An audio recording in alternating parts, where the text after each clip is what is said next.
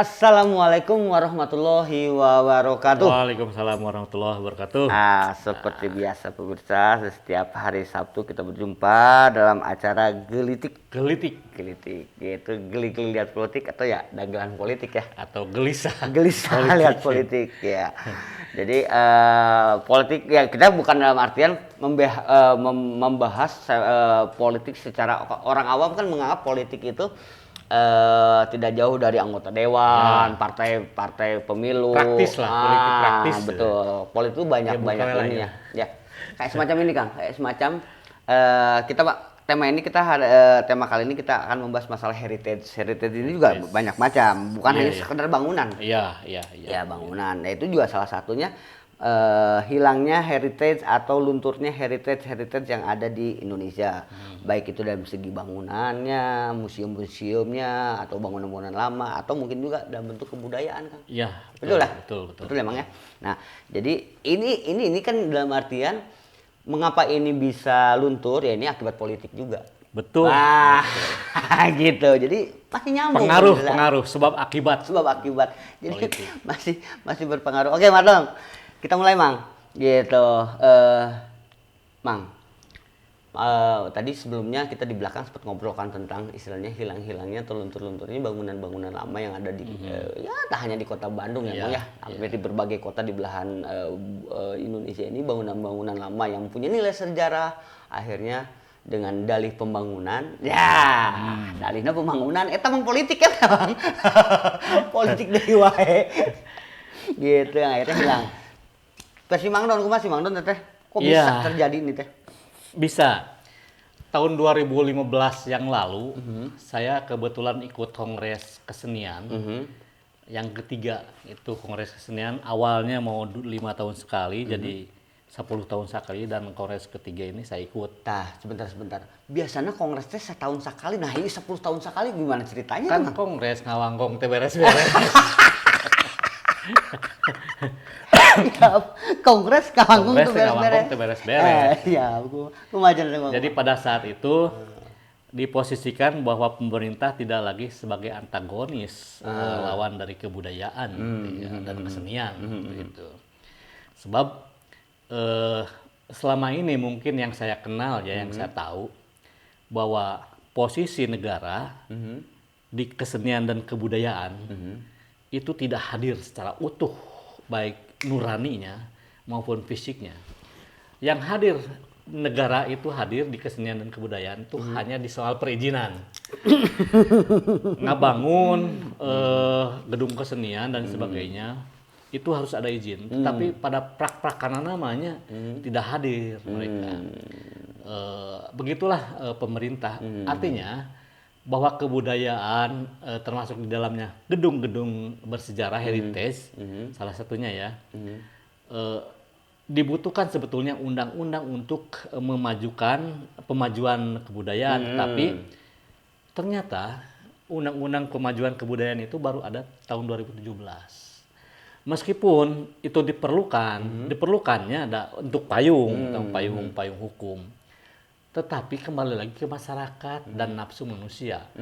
Jadi kebudayaan itu adalah hasil rekayasa manusia, hasil rekayasa kelompok manusia yang kemudian bisa berubah. Berubahnya itu oleh mindset, bukan oleh akal dan nalar. Akal dan nalar mah tetap ada pada manusia, tapi mindset. Misalnya gedung-gedung kesenian gedung-gedung heritage di Bandung misalnya. Itu butuh sebetulnya wadah yang disebut hukum tadi supaya ada alur yang jelas. Tapi anu memelihara mah tetap manusia. Ada manusia mah yang memelihara itu wajib.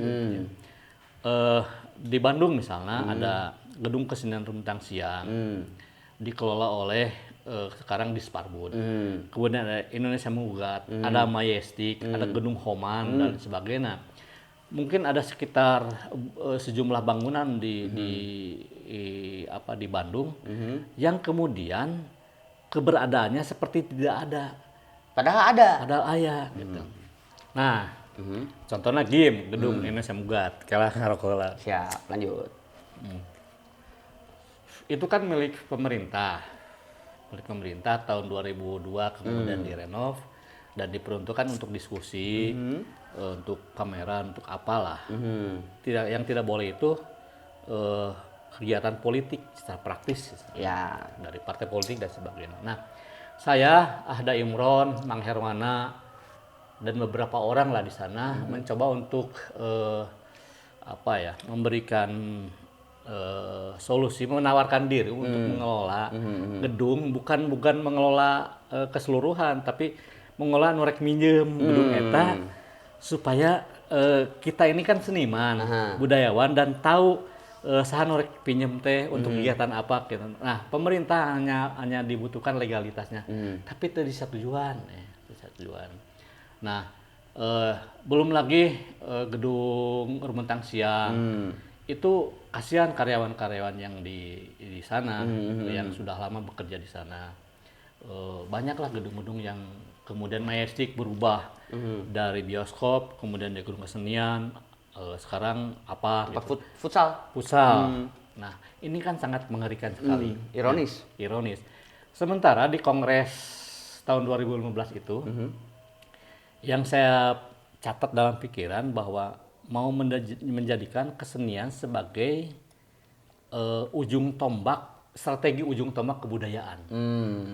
Nah, gedung-gedung ini sebetulnya selain untuk kesenian dan kebudayaan juga bisa sebetulnya sebagai ujung tombak kota Bandung, sebagai landmarknya kota Bandung. Betul. Tetapi kemudian hilangnya kenapa?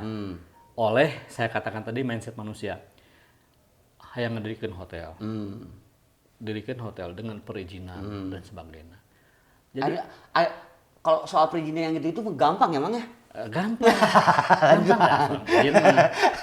Tapi ruhna jadi leungit. Sangat memprihatinkan. Betul. Gitu. Belum lagi kebudayaan di Jawa Barat Sunda katanya. Semakin hilang. Gitu. Betul, Mang. Nah, saya juga mencermati itu, Mang. Mencermati dalam artian banyaknya jika bahasa nama lamun itu mah di kehutanan mah aya alih fungsi lahan. Iya, alih fungsi bangunan. Gedung Palaguna. Itu pernah kita seniman protes supaya kan eta teh dijadikan hotel ku PT Anu gitu. Dijadikan hotel, sebaiknya seniman itu kan memprotes supaya dijadikan lahan hijau. Di tengah kota kan Bandung nggak lahan hijau, ketua Babakan Siliwangi. Betul. Sangat minim sekali. Nah, sampai ke kayunya terlantar kan, dijadikan tempat parkir malahan. Kan siang-siang dirinya mah loba hantunya. Di alun-alun teh loba hantu. Dijadikan uka unggul ini mah. Wah, mengkhawatirkan sekali. Gitu, betul. Tapi pada difoto Mang uka-uka teh. Jadi memang itulah masyarakat kita itu masyarakat yang versi saya aneh, Mang. Aneh banget gitu loh. Di satu sisi kita itu punya filosofi bahwa semacam gini lah. Nenek moyang kita seorang pelaut ya, tapi bisa dihitung yang memang dia mendedikasikan dirinya untuk menjadi nelayan atau menjadi pelaut ya, bermata pencaharian di laut gitu, atau nelayan itu sendiri. Kosong, Mang. Jadi nenek moyang kita seorang punten dalam hal ini buruh gitu atau pekerja ya, itulah seharusnya. Kuduna ada seorang pelaut itu mungkin darah semangatnya, tapi pada kenyataannya memang masyarakat kita kan kebanyakan buruh, buruh pabrik, buruh apapun gitu. Kita buruh orang ke buruh. Mang Odon dalam berkesenian jadi buruh seni, ya saya dalam kejurnalisan buruh media. Gitu. Tapi ya itulah, itu yang pertama. Itu yang kedua juga saya baca juga hilangnya atau luntur-lunturnya pengetahuan atau nilai budaya dari anak muda sekarang, ya mungkin generasi kita ke bawah atau mungkin juga generasi kita yang concern terhadap kebudayaan itu sendiri, Mas. Betul. Begini, yang namanya perubahan itu kan abadi. Mau tidak mau budaya itu kan berubah. Budaya saya katakan tadi sebagai hasil rekayasa manusia. Yang menyentuh di dalamnya ekonomi, kesenian, kemudian agama. Betul. Contoh di ekonomi. Baheula mah meuli minuman teh atau can aya minuman kieu nya. Meuli beas, ditukarnya itu dengan barang lagi. Misalnya meuli beas ku kopi, barang ku barang. Konsepnya barter lah ya. Barter baheula mah. Kemudian perkembangan berikutnya kudu kudit wae. Kes teu meunang henteu kudu kes. Itu budaya. Kebudayaan. Ya, betul. Dan berubah. Kemudian ayeuna mah kan teu kudu ku kes. Buat meuli kopi transfernya kurang ayeuna. Ya, betul. Erek ka pasar, baheula mah seluruh ka pasar. Ayeuna mah kan online. Ya. Nah, itu budaya akan berubah. Betul. Selalu berubah budaya itu. Banyak. Kemudian di agama, menyentuh soal budaya agama. Wayang golek itu diciptakan oleh para wali untuk menyebarkan agama Islam. Iya. Kemudian ada yang mengharamkan, eta mah lain tina Islam. Budaya wayang golek mah. Betul. Nah, itu berbenturan dengan agama, padahal agama sendiri sangat lentur, sangat Fleksibel. membolehkan, fleksibel. Betul. Ada agama mah tidak ini ya, sepanjang itu bermanfaat. Kemudian nyawer. 7 bulanan baheula mah ya 7 bulanan, namun keur hamil teh meuli rujak ku kenteng gitu nya. Dan itu sudah tidak ada lagi. Sudah ada lagi. Tahun kemarin lah, tahun ayeuna tahun 2020. Kebudayaan yang menyentuh soal agama juga ngabuburit eueuh. Kan itu teh budaya. Nah, ada orang yang menentang ajaran Islam Nusantara. Sebetulnya Islam Nusantara itu adalah Islam yang berwawasan tentang kebudayaan di Nusantara. Misalnya Mang Budi tinggal di Cicaheum, Islam Cicaheum tentu yang dipakai budayanya. Ya. Saya di Cijerah, Islam di Cijerah, bagaimana kebiasaan adat-adat. Nah, Islam di Mang Budi misalnya sok aya bedug. Bedug sancan nanti lah duhur atau tok dur. Nah, itu budaya. Teu meunang. Di Ada yang itu ada yang mengharamkan seperti itu, memang tidak ada, tetapi akan menjadi ciri kebudayaan teh eta alus gitu untuk mengingatkan manusia. 7 bulan terus sungkem katanya dan sebagainya. Itu di bidang agama. Kemudian permainan mulai anak-anak kan urang ayeuna geus eueuhnya sorodot gaplok. Sorodot gaplok lain ya bukan. Sorodot ku batu teh amang bebentengan. Ucing sumput galah. Naon deui nya? Main kaleci teh. Ngolongok gitu nya. Terus sondah. Terus congklak. Ya, kalau budak baheula udah enggak ada, Bang. Benar. Saya dari dulu mencari, Bang, untuk bahan peliputan saya, adakah di daerah yang masih memainkan permainan itu?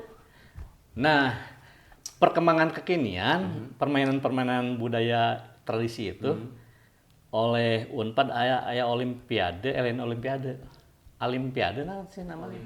Olimpiado. Ya, benar. Dan itu menjadi mahal, Jadi tidak ada lagi di masyarakat. Misalnya baheula mah lamun panen teh aya upacara-upacara tertentu gitu ya.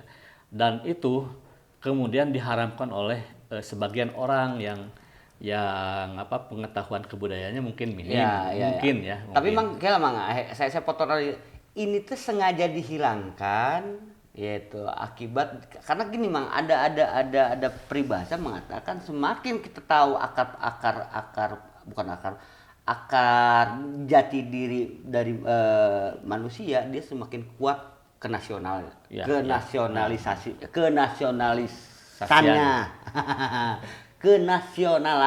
nah gitulah memangnya gitu loh. Nah, dalam artian ini sengaja mungkin ada orang yang menciptakan agar masyarakat Indonesia itu lupa dengan akar budayanya. Akar budaya Indonesia itu etas lamun di Jawa Baratnya salih asih asuh. Ya, gitu. Dengan darah yang berkumpul kan enak emang ais. Ya, kalau orang Sunda bilang, orang Jawa Barat aing-aingan. Seetik lamun ayeuna naon di di sundut seetik jadi keos. Nah, itu Mang. Tapi kalau dulu dengan konsep berkumpul, kenal dengan tetangga, kenal dengan ini, kadang-kadang kalau ada dimusyawarahkan. Konsep musyawarah dan mufakat itu hese di Indonesia tuh, Bang. Ya sebetulnya itu kita dikalahkan oleh modernisasi dan globalisasi yang menggeser kebudayaan itu. Kita dimudahkan oleh teknologi yang sangat canggih dan kita harus menikmatinya. Tetapi menikmati teknologi itu juga jangan poho karena purwadaksi, kembali ke mulang ke asal itu. Betul. Kita tahu misalnya Persib itu bukan agama, Persib bukan agama, olahraga. Tapi sok Persib dihina. Waduh, Itu luar biasa. Itu menjadi tradisi yang sangat kuat. Kemudian, wah, Itu. budaya itu tidak bisa dihilangkan. Ulang lain versi, tidak bisa jadi melebihi agama. Tradisi itu juga budaya itu bisa melebihi agama kalau diganggu sebetulnya. Ya. Tapi dengan kemudahan teknologi itu bisa tergerus dengan sendirinya, dengan nafsu manusia, dengan keserakahan manusia. Betul. Tapi bisa tergerus. Ya. Modernisasi dan globalisasi ini menggeser kebudayaan lokal di bumi Indonesia ini ke pinggiran budaya yang apa ya, ke pojok-pojok memori kolektif masyarakat itu menjadi lupa. Betul. Misalnya, di sisi lain, rasionalisasi dan perkembangan ilmu pengetahuan dan teknologi telah mendominasikan kehidupan orang Sunda untuk mempermudah kehidupan orang Sunda sendiri. Tetapi kemudian resikonya sangat besar, yaitu hancurnya peran sosial, kemudian institusi-institusi keagamaan dan memudahnya tradisionalisme kesundaan. Ini yang sering kita lihat, misalnya gatrik, galah, perang gobang, rebonan, bancakan, ucing sumput, araw-arayan, bebetotan, sedot gaplok, sondah, perpet jengkol, perpet jengkol jajah ya, karpet dijeretean dan sebagainya. Karpet bol. Nah, ini dikalahkan oleh kebudayaan K-pop. Nah, benar. Baheula sebelum PCD, kemudian aya nama aya nanti lah. Sebelum aya MP3. Aya PS, terus aya Sega. Sega. Terus berkembang Ya, Nintendo. teknologi itu. Dan kita dimudahkan untuk itu. Kemudahan itu sebetulnya tidak harus menggerus, tapi nyatanya menggerus kebudayaan itu sendiri. Itu yang mengerikan tuh itu, Bang. Contoh handphone lah. Seorang mahasiswa nge-WhatsApp dosenna. Pak, saya mau bimbingan skripsi karena sebentar lagi mau beres kuliah. Itu misalnya teksnya itu. Tetapi oleh dosen teu kahardi karena dimudahkan. Pak jadi PK, saya jadi SY, Disingkat. M jadi Mo. Pak SY Mo BBG bimbingan maksudnya. SKRF SE, wah, kata dosen bingung lieur. Nah ini karena kemudahan itu bahasa juga menjadi kacau. Jadi kreativitas masyarakat itu tergerus teman. Tapi yang lucu itu kalau memang jatuhnya pada anggaplah mahasiswa ke dosen dari generasi muda ke generasi tua. Tapi kadang-kadang aki-aki seperti kita, Mang, saya suka dapat gitu. Misalnya ke saya teh, "Bud, sehat loh," gitu. Jadi SHT LO. Naon SHT LOT. Kurang apalah SHM, surat hak milik gitu kan. Sertifikat atau surat naon lah. Saya sering menerima WhatsApp itu dari kelompok dari alumni SMP gitu ya. Padahal mereka itu sekolah tinggi gitu, tapi ari nge-WhatsApp mah anggarnya kitu. Pada aki-akinya. Don SHT, naon SHT? Sehati. Aduh. Canggih di CGR. Iya kayaknya jadi saya kalau sebutan dia mau ini gitu, dia mau nitip sebuah rilis terhadap saya gitu ya. Pak SLM siang gitu selamat kan. Siang. Nah, selamat siang. Mau TTP rilis RLS. Aduh. Nah itulah visualisasi orang Indonesia-nya termasuk orang Sunda gitu. Dimudahkan dengan bahasa yang seperti itu, tapi jadi ngalieukeun oge. Ya, betul gitu ya. Itu istilahnya ya itulah ya mungkin di situ mungkin ya kita harap berbahasa Indonesia yang baik dan benar gitu kan. Sebuah bangsa yang besar adalah bangsa yang bisa menghargai akar budayanya. India dari dulu film Bollywoodnya hebat. Dia sudah mendunia. Harus diakui. Padahal dia hanya nyanyi-nyanyi ya keliling-keliling pohon gitu nyanyi gitu, tapi itu kan mendunia gitu, bisa mendunia. Kenapa? Itu budaya mereka, nyanyian mereka gitu kan, dengan baju sarinya mereka gitu, bangga mereka dengan itu. Mereka juga memakai teknologi modern sebetulnya, tapi akarnya itu tidak hilang dengan baju sari mereka ya dalam setiap nyanyiannya. Misalnya kita pernah saya diundang untuk diskusi film budaya Sunda. Ketika hadir itu puter heula film teh da kayak sanajang launchingna tanggal sekian sebulan deui atau kumarek diskusi gitu.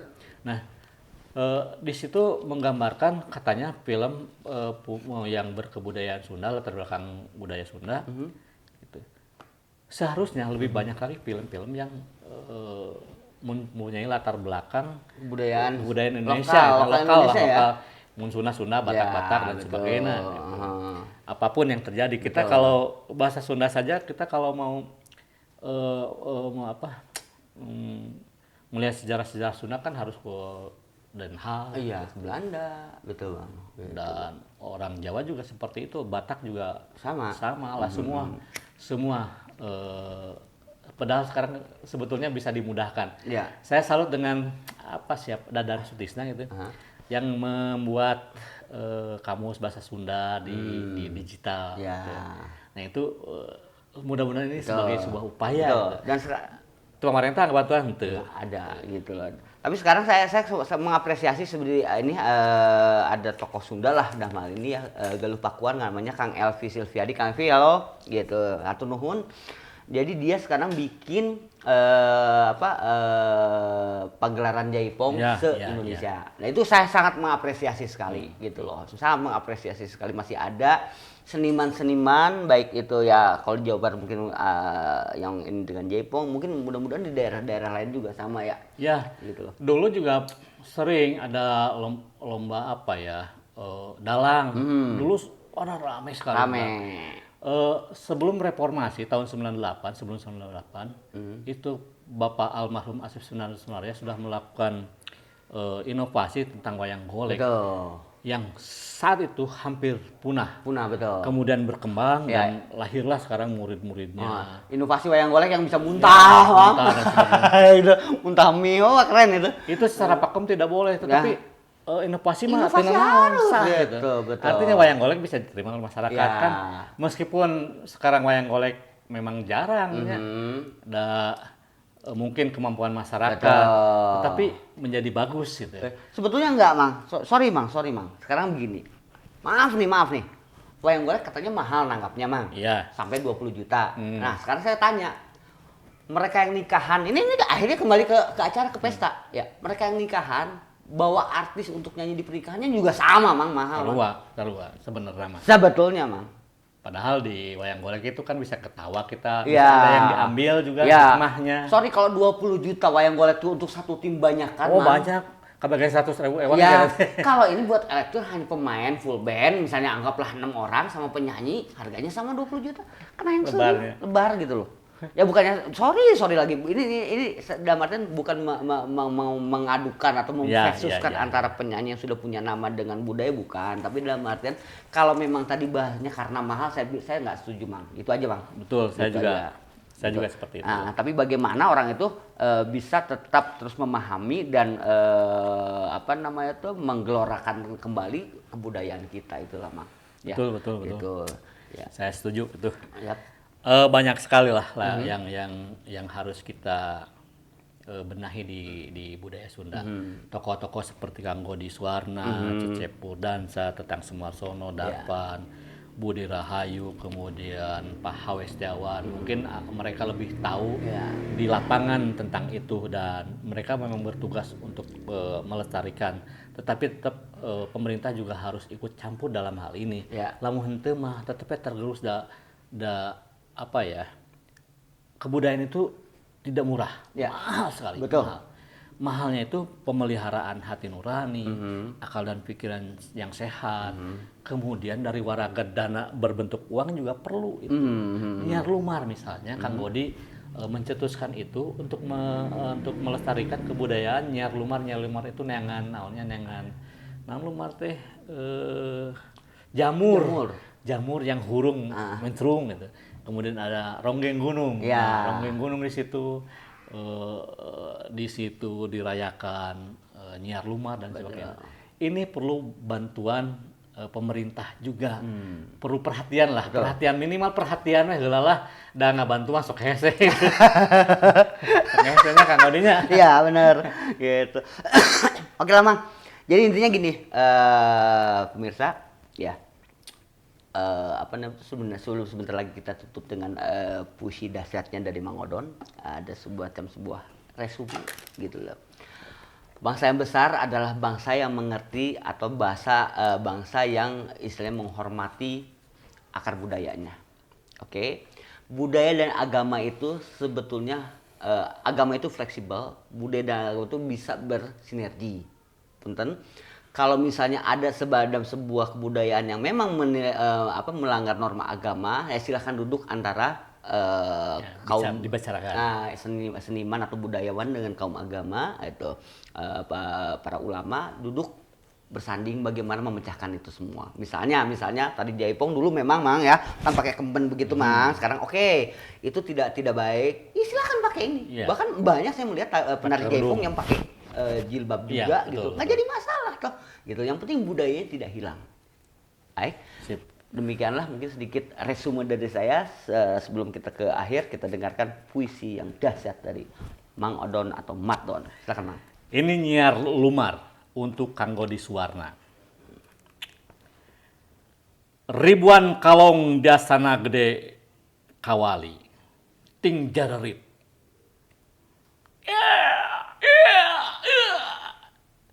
Lalu hening dihempas adzan maghrib. Malam buta. Hanya cahaya cempor dan obor. Tetapi tetabuhan dan suara-suara nadom menjadi cahaya menyebar kemana-mana. Tengah malam tiba. Saatnya ngibing bersama Biraspi. Cahaya semakin terang memancar dari kepalaku. Dari kepala Godis Suwarna, cahaya juga nampak dari rengkeneknya Yusef Moldiana, cahaya resah dalam hati Hadi AKS. Di sudut Astana Gede, cahaya itu menangis. Siapa kamu? Tanyaku. Lalu tanganku menuntunnya ke tengah lapangan. Akulah Lumar, katanya.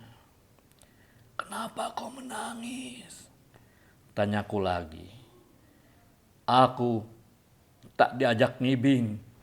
Manusia suka lupa purwadaksi. Lupa cahaya akhirat. Jawabnya. Cahaya itu menghilang. Menghilang. Tiba-tiba John Herianto mengajakku ngibing. Mengelilingi api unggun, Biraspi terus ngahaluang. Hujan guyur gening sok salah lembur, kaedanan kurandang ora. 5 Juli 2012. Merinding gua dengarnya Mang, sumpah merinding. Oke, demikianlah pemirsa. Waalaikumsalam warahmatullahi wabarakatuh.